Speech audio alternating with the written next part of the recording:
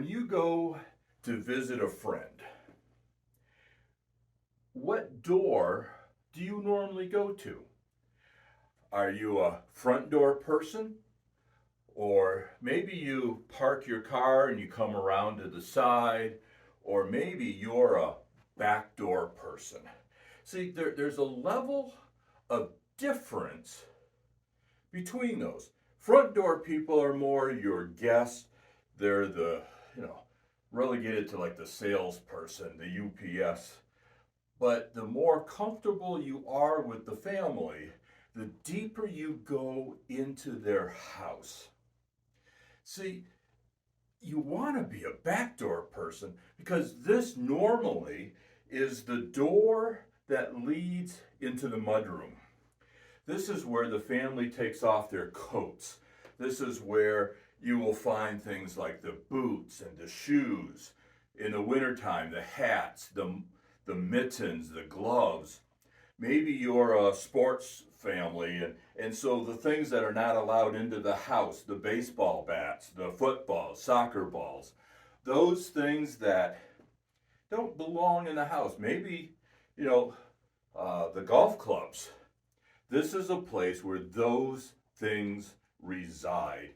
And it's also a place where the things that are filthy, things that are dirty, things that you don't want to mess up the rest of the house get taken off there. So that's why if you've been outside and you're kind of covered with stuff, well, that's where you get to shake that off. You kick your shoes off so you walk into the house with your stocking feet.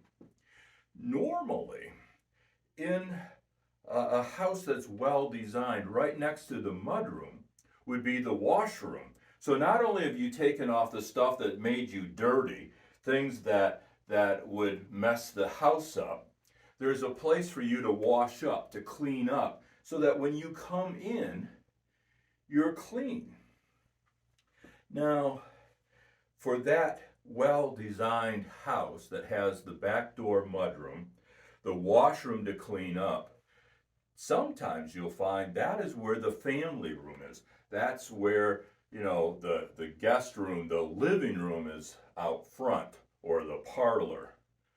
But the back living room, the back family room, that's where the furniture is possibly more tattered. It's where it's comfortable, and you basically have a place to let your hair down. You kick back, you relax, and you feel that you're a part of something. That's the way it is too with the Lord's Prayer. The room that we're talking about is the mudroom. It can also be seen in this part of the prayer. Let's go through it again. Again, we're looking at Matthew chapter 6, starting verse 9. Pray in this way. Our Father in heaven, hallowed be your name. Your kingdom come. Your will be done on earth as it is in heaven. Give us this day our daily bread. And then here we are. Also forgive us of our debts as we also forgive our debtors. Well, depending on what church, some would say, forgive us of our trespasses, we forgive those who trespass against us. What we're basically doing in this prayer is we're coming to the back room, we're coming to the back door of God's house, God's mansion. This is meant for us, the family, and for those who are part of that family. We have a place where Jesus is saying, I know that you are bringing in from the world the filth. Don't we feel like that? Sometimes we go off to work or to school or to events, and we could just feel the filth of the world coming onto us. And sometimes we lose it and we become part of the worldly events and do some of the things that maybe we ought to do.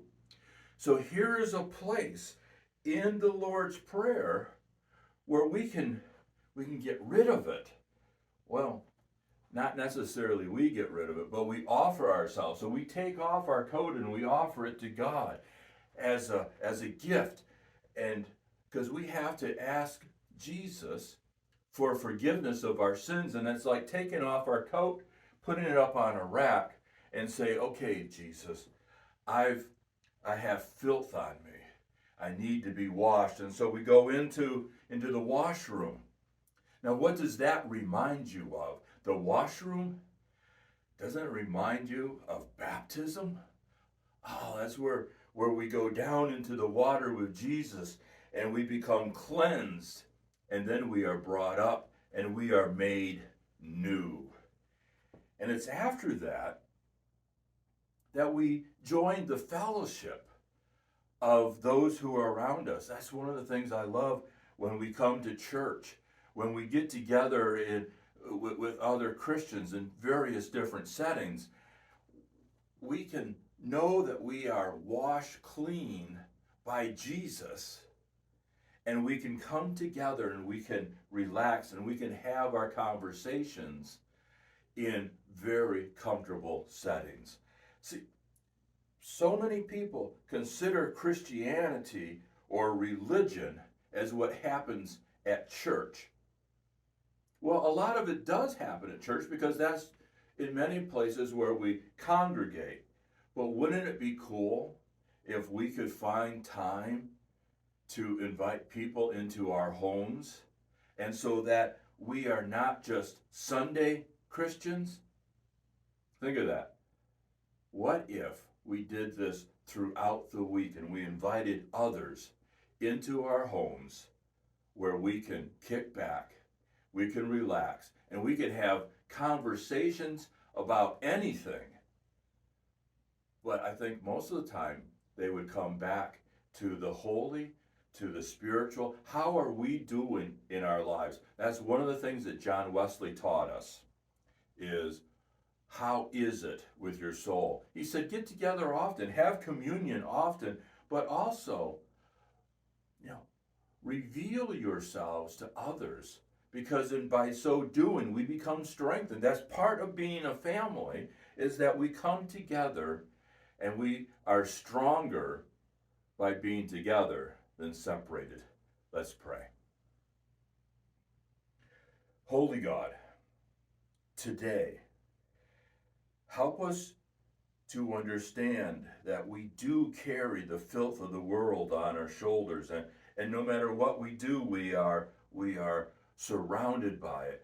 Help us, Lord, to come to you, to ask for forgiveness, to be washed again and again and again by your Holy Spirit, so that when we come together, we can talk about those things that will lift us up instead of tearing us down.